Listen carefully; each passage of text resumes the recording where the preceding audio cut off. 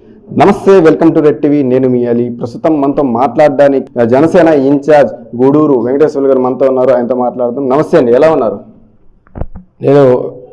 నా పేరు గూడూరు వెంకటేశ్వర్లు, జనసేన పార్టీ వెంకటగిరి నియోజకవర్గం సమన్వయకర్త, ఉమ్మడి నెల్లూరు జిల్లా ప్రధాన కార్యదర్శి. ప్రధానంగా వెంకటగిరి నియోజకవర్గంలో 1.5 సంవత్సరం కిందటే ఒక రాజకీయ వేడి అనేది హీట్ ఎక్కిందని కూడా చెప్తుంటారు. ప్రస్తుతం వెంకటగిరిలో పరిస్థితి ఎలా ఉంది? వెంకటగిరి రాజకీయాలు ఎప్పుడు కూడా హాట్గా ఉంటాయి. ఎందుకంటే బయట నుంచి వచ్చి ఇక్కడ కాక పుట్టించే విధంగా కొంతమంది ప్రవర్తిస్తుంటారు.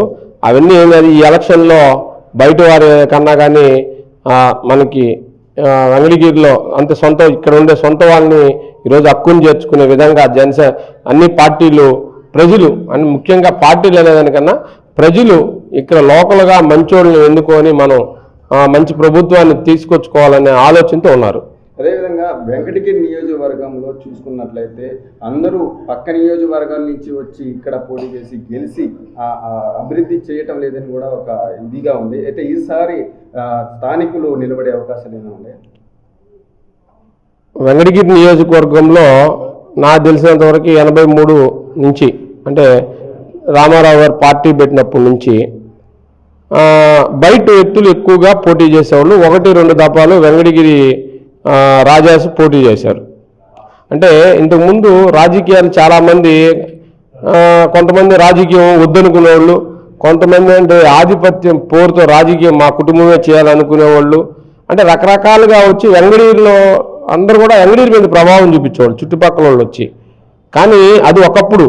ఇప్పుడు కొంత యువత అంటే ఒక మంచి విజ్ఞానం కలిగిన యువత, అది బీసీలు, మైనార్టీలు, ఎస్టీలు, ఎస్సీలు వీళ్ళందరూ కూడా చదువుకొని అంటే ఈసారి బయట వాళ్ళని కాదు మనం వెంకటగిరి వాళ్ళని ఎన్నుకోవాలి, మనం బయట వాళ్ళు మనం వెళ్తే ప్రతిసారి నెల్లూరుకి వెళ్తే చాలా వాళ్ళు ఎత్తుకెళ్ళాలా, ఆడ పంజారత జరగదు తెలియదు, ఫోన్లో టచ్లో ఉండరు, ఎక్కువగా గట్టిగా మాట్లాడలేము శాసనసభ్యుడిని అనే విధంగా దండా జరిగేది. ఆ విధంగా ఇప్పుడు అలా ఏం లేదు.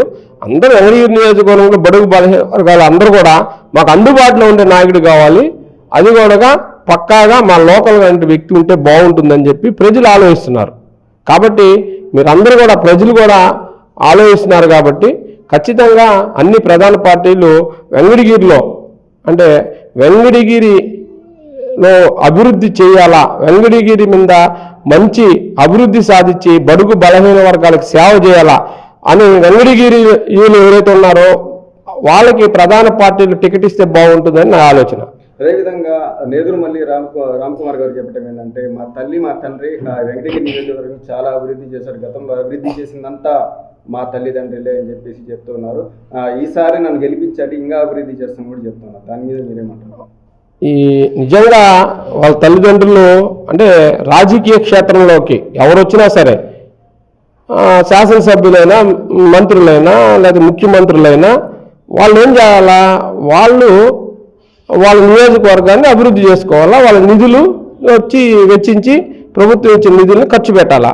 అదేవిధంగా జనార్దన్ రెడ్డి గారు వాళ్ళు కొంత వర్క్ చేశారు, కానీ అనుకున్న అభివృద్ధి అయితే వెంకటగిరిలో ఇంతవరకు జరగల. నాకు తెలిసి నాకు 48వ సంవత్సరం, దాదాపుగా నేను 1996 నుంచి రాజకీయాల్లో బాగా, అంతకుముందు కూడా రాజకీయాలు బాగా తెలిసిన వ్యక్తిని. రాజకీయాల్లో ఎక్కువ శాతం అంటే ఎలా ఉంటాయి రాజకీయాలని నేర్చుకున్నవాడిని.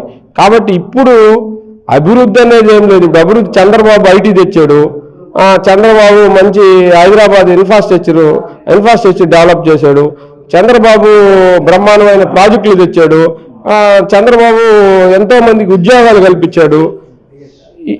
ఇవన్నీ కల్పిస్తే ఎందుకు 2019లో చంద్రబాబు ఓడిపోయారు అభివృద్ధి చేస్తుంటే? అంటే ఇక్కడ అభివృద్ధి కాదు, అభివృద్ధి అనేది అది సహజ గుణం, నాయకుడి యొక్క సహజ లక్షణం అభివృద్ధి చేసేది అనేది. ప్రజలు ఏంటంటే వాళ్ళు అనుకున్న అభివృద్ధి చేయలేదు కాబట్టి వాళ్ళు ఓడిచ్చారు. జనార్దన్ రెడ్డి ముఖ్యమంత్రిగా ఉండి వెంకటగిరిలో ఓడిపోవడం అంటే చాలా అవమానకరం. ఎందుకంటే వెంకటగిరి భారతదేశంలో ఏ ముఖ్యమంత్రి ఎక్కడా ఓడిపోయింది లేదు, కానీ వెంకటగిరి ప్రజలు ఎంత చైతన్యవంతులు మీరు అర్థం చేసుకోవాలా. ఎందుకంటే జనార్దన్ రెడ్డిని కూడా ఓడించి బాపట్లో పోటీ చేసే విధంగా చేశారు వెంకటగిరి ప్రజలు. అంటే వెంకటగిరికి చైతన్యానికి పుట్టినిల్లు వెంకటగిరి. కాబట్టి వెంకటగిరికి ఏం కావాలనేది ప్రజలకు బాగా తెలుసు. ఇప్పుడు కొంతమంది వచ్చారు, నేనంటే అభివృద్ధి, నేను అభివృద్ధి ఏదో చూపిస్తానని ఇదేం చేయలేకపోయారు. అంటే ఈసారి ఇంకొక ఆయన వస్తాడు, నిజంగా రామ్ కుమార్ రెడ్డి అనే వ్యక్తి నిజంగా అంత ప్రేమ వెంకటగిరి మీద ఉంటే 2014లో పోటీ చేసి ఎందుకు బాధిపోయాడు నేను అడుగుతున్నా. నువ్వు నిలబడొచ్చు కదా, నువ్వు వైసీపీ పార్టీకి ఓటేయమని చెప్పి ఎందుకు వెళ్ళిపోయావు? నిజంగా నువ్వు అభివృద్ధి చేస్తే తండ్రి బాటలో తల్లి బాటలో నడవాలనుకున్నప్పుడు వెంకటగిరి ప్రజలు నువ్వు అందుబాటులో ఉండాలి కదా, నువ్వు పోటీ చేయాలి కదా. 2019లో పోటీ చేసావా? 2014 ఎందుకు పారిపోయావు? ఇప్పుడు వచ్చి నేను అభివృద్ధి చేస్తానని చెప్పి నువ్వు చెప్తే ఇక్కడ వెంకటగిరి జనాభాలో చెవిలో పూలు పెట్టుకోండి నమ్మేదానికి కాదు. ఎవరు అభివృద్ధి చేస్తారో, ఎవరు మంచోళ్ళు, ఎవరు చెడ్డోళ్ళు వెంకటగిరి ప్రజలకు బాగా తెలుసు. ఎవరు పోరాడతారు, ఎవరు నిలబడతారు అని అందరికీ తెలుసు. కాబట్టి ఇవన్నీ అతను చెప్పుకోవడానికే కానీ అవి పనికొస్తాయి. ఎందుకంటే రాజకీయమైన తల్లిదండ్రులు సింపతి మీద రాజకీయాల్లోకి రాకూడదు. మన వర్క్, మన క్యాపబిలిటీ, మనం చేసే విజన్, మనం ప్రవర్తించే తీరు, మన ప్రజలకు మంచి చేయాల గుణంతో రాజకీయాల్లోకి రావాలని మా నాయన సీఎం, మా అమ్మ ప్రధాని, మా అన్న మంత్రి ఈ గారు కావాల్సింది ఏంటంటే ప్రజలు బడుగు బలహీన వర్గాల్ని నువ్వు ఏ విధంగా రిసీవ్ చేసుకుంటావు, గ్రామాలను ఏ విధంగా డెవలప్ చేస్తావు, మండలాలను ఏ విధంగా పట్టించుకుంటావు, రైతులకు ఏ విధంగా నువ్వు సహాయ సహకారాలు అందిస్తావు, విద్యార్థులను ఏ విధంగా తీసుకోవచ్చు, చదువుకున్న యువకులకు నువ్వు ఎన్ని ఉద్యోగాలు కల్పిస్తావు, వాటి మీద ఆలోచించాలి. కానీ ఎవరు తండ్రులు చూసా తాతలను చూసా ఈరోజు రాజకీయాలు చేసే రోజులు పోయినాయి. కాబట్టి అవన్నీ ఉత్తుత్తి మాటలు. ఆయనకి ఇక్కడ ఏమీ లేదు. వైసీపీ ప్రభుత్వం ఆల్రెడీ వైసీపీ దట్టా బుట్ట సర్దేసింది. కాబట్టి ఎవరు కూడా ప్రజలు కూడా వాళ్ళ ఓట్లేసే పరిస్థితులు, కానీ ప్రజలు నటిస్తున్నారు. ఎందుకంటే నాయకుల కన్నా ప్రజలు ఇంకా నటన తెలిసిన వాళ్ళు. ఎందుకంటే నా అకౌంట్లో డబ్బులు వస్తున్నాయి, ఉన్న రోజులు వస్తాయి, లేకపోతే నేను ఊడుకోటేయాలి నాకు తెలుసు. ఆయన డబ్బులు, వాళ్ళ ఇంట్లో డబ్బులు నాకు ఇట్లా, మా డబ్బులు మాకు ఇస్తున్నాడు. కాబట్టి మేము మా ఇష్టం ఆ రోజుకి ఎవరికైతే వేస్తాం. పసుపు కుంకుమ కింద పాపం చంద్రబాబు గారు ఇంటికి 15,000 18,000 ఇచ్చారు. ఆయనకేం నోట్లు వేశారా? ఒకటే మాట అన్నారు ప్రజలు, మా డబ్బులు మాకు ఇచ్చాడా, చంద్రబాబు ఇంట్లో నుంచి తెచ్చిచ్చాడన్నారు. అంటే అవన్నీ కాదు, ప్రజలు అన్నీ గమనిస్తున్నారు. కాబట్టి ప్రజలకు అన్నీ తెలుసు. కాబట్టి ఖచ్చితంగా ప్రజలు ఈసారి వెంకటగిరి నియోజకవర్గంలో మంచి నాయకుడిని ఎన్నుకుంటారు. ప్రధాన పార్టీలు కూడా మంచి నాయకుడిని నిలబెడతాయని చెప్పి నేను కోరుకుంటున్నాను. అదే ఆనం రామనారాయణ గారు 2019 నుంచి వెంకటగిరి నుంచి పోటీ చేయడం జరిగింది. అయితే అభివృద్ధి చేసేదానికి నాకు రామ్ కుమార్ రెడ్డి అడ్డుపడుతున్నాడు, దానివల్ల నేను అభివృద్ధి చేయలేకపోయినాను, అందువల్లే నేను పార్టీకి వ్యతిరేకంగా బయటికి వచ్చాను కూడా చెప్తున్నా. దాని మీద ఏమంటారు? ఇది విచిత్రంగా పదం అనమాట.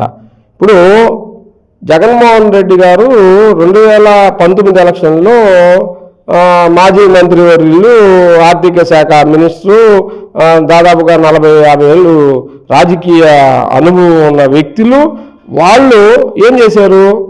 ఆయన ఇక్కడికి వస్తున్నాడంటే ఆయన నిజాయితీపరుడు కాదు అన్నప్పుడు, నువ్వు నిజంగా వైసీపీ పార్టీలో నువ్వు ఉన్నప్పుడు నువ్వేం చెప్పాలా? ఆయన అభివృద్ధి చేయడు, ఆయన ఉట్టి మాటలు చెప్తాడు, అతనికి టికెట్ ఇవ్వకుండా ఇంకొక వ్యక్తికి ఇవ్వండి చెప్పాలి.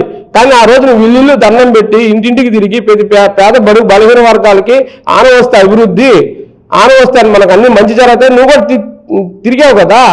ఇప్పుడు ఆ పాపంలో నీకు కూడా షేర్ ఉంది కదా. నేను ముఖాన్ని అడుగుతున్నా, ఆ షేర్ ఉందా లేదా? ఇప్పుడు ఆనం మంచోడు ఎట్ట కాకుండా పోయాడు, మొన్న మంచోడు ఎట్టయ్యాడు, ఇప్పుడు ఆనం రామనారాయణ మంచోడు ఎలా కాకుండా పోయాడు?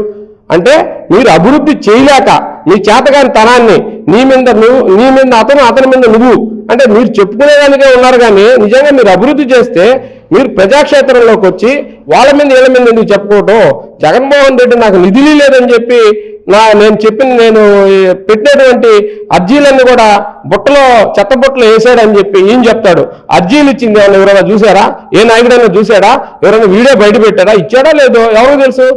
అంటే వీళ్ళు కళ్ళబొల్లి మాటలు చెప్పుకునేదానికంటే ఈ అగ్రకులాలందరినీ, పేద బడికి బలహీన వర్గాల్ని మోసం చేసేదానికి వీళ్ళందరూ కూడా కంకణం కట్టుకున్నారు. కాబట్టి ఇన్ని లేదండి.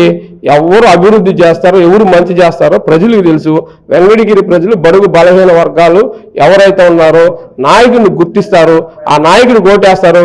ప్రధాన పార్టీలు నేనే ఒకటే చెప్తున్నాను, బడుగు బలహీన వర్గాలకి మీరందరూ కూడా అండగా నిలబడి ఈ వెంకటగిరి నియోజకవర్గంలో టికెట్ ఇస్తే జనసేన పార్టీ, తెలుగుదేశం పార్టీ కలిసి ఉమ్మడి అభ్యర్థిని గెలిపించుకుంటామని చెప్పి తెలియజేస్తున్నాం. మీరు జనసేన పార్టీ నుంచి టికెట్ ఆశిస్తున్నారు. అయితే ఒకవేళ టికెట్ మీకు ఇవ్వకుంటే మీరు వీళ్ళతో కలిసి పనిచేస్తారా? లేదంటే మనిషి మానవుడు ఆశాజీవి. అంటే దేవుడు వచ్చి ఒక వరం కోరుకోమంటే ఒక అతను ఏం చేస్తాడు? నాకు ఒక 10 కోట్లు అంటాడు, ఇంకొక అతను 20 కోట్లు అంటాడు, ఇంకొక అతను కేజీ బంగారు ఇమ్మంటాడు. నా బోర్డు ఏంటంటే నాకు 4 స్టార్టెడ్ ఫ్లైట్లు కావాలంట. అంటే కోరుకునే దానికి కూడా ధైర్యం లేనోడు వాడు అసలు రాజకీయ నాయకుడు కాదు, వాడు మనిషే కాదు. నేను కోరుకుంటున్నా, నేను జనసేన పార్టీ గారు బలంగా నిలబడతాను, పవన్ కళ్యాణ్ గారి ఆశయాలు సిద్ధాంతాలు నచ్చి ఈ పార్టీలోకి వచ్చాను, ఒక బీసీ సామాజిక వర్గం చెందినోడిని, కులం అంటే నా పార్టీ కులాలను కలిపి ఐక్యత పార్టీ, నా సిద్ధాంతాలు మంచి సిద్ధాంతాలు, లబ్బర్ చెప్పులకి కదర సొక్కాకి నేను పోటీ పెడతాను అని చెప్పి పవన్ కళ్యాణ్ గారు చెప్తే నేను రాజకీయాల్లోకి వచ్చా.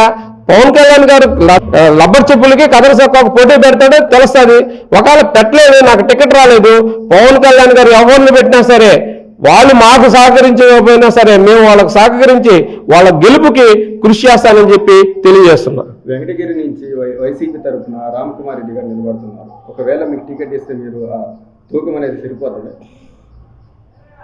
ఇప్పుడు ఒకప్పుడు రాజకీయాలు వేరు, ఇప్పుడు యువత అందరూ కూడా బలుగు బలహీన వర్గాలు తెలుసుకున్నారు రాజకీయాలు. డబ్బు 2,000 రూపాయలు ఇస్తే మనం ఎంతకు అమ్ముడు పోతున్నాం అంటే ఒక 30 పైసలో 20 పైసలో 5 సంవత్సరాలు పడుతుంది. అంటే వాళ్ళు అది కోరుకోవట్లే. ఎవరికి అంగబలం ఆర్థిక బలం కావాలి. ఇప్పుడు నా దగ్గర డబ్బు లేకుండొచ్చు, నేను మధ్యతరగతి వ్యక్తిని కావచ్చు, కానీ నా వెనకల నన్ను అభిమానించే జన సైనికులు, జనసేన నాయకులు, నా ఫ్రెండ్స్ ఎన్ఆర్ఐలు దాదాపుగా 50 మంది ఈరోజు అన్నా నువ్వు టికెట్ తెచ్చుకో, ప్రతి రూపాయి మేము పెడతాం, నిన్ను గెలిపించుకుంటామని చెప్పి ఎంతో మంది నాకు ఎన్ఆర్ఐలు ఫోన్ చేస్తున్నారు, ఎంతో మంది ఫ్రెండ్స్ మాకు అందుబాటులో ఉన్నారు.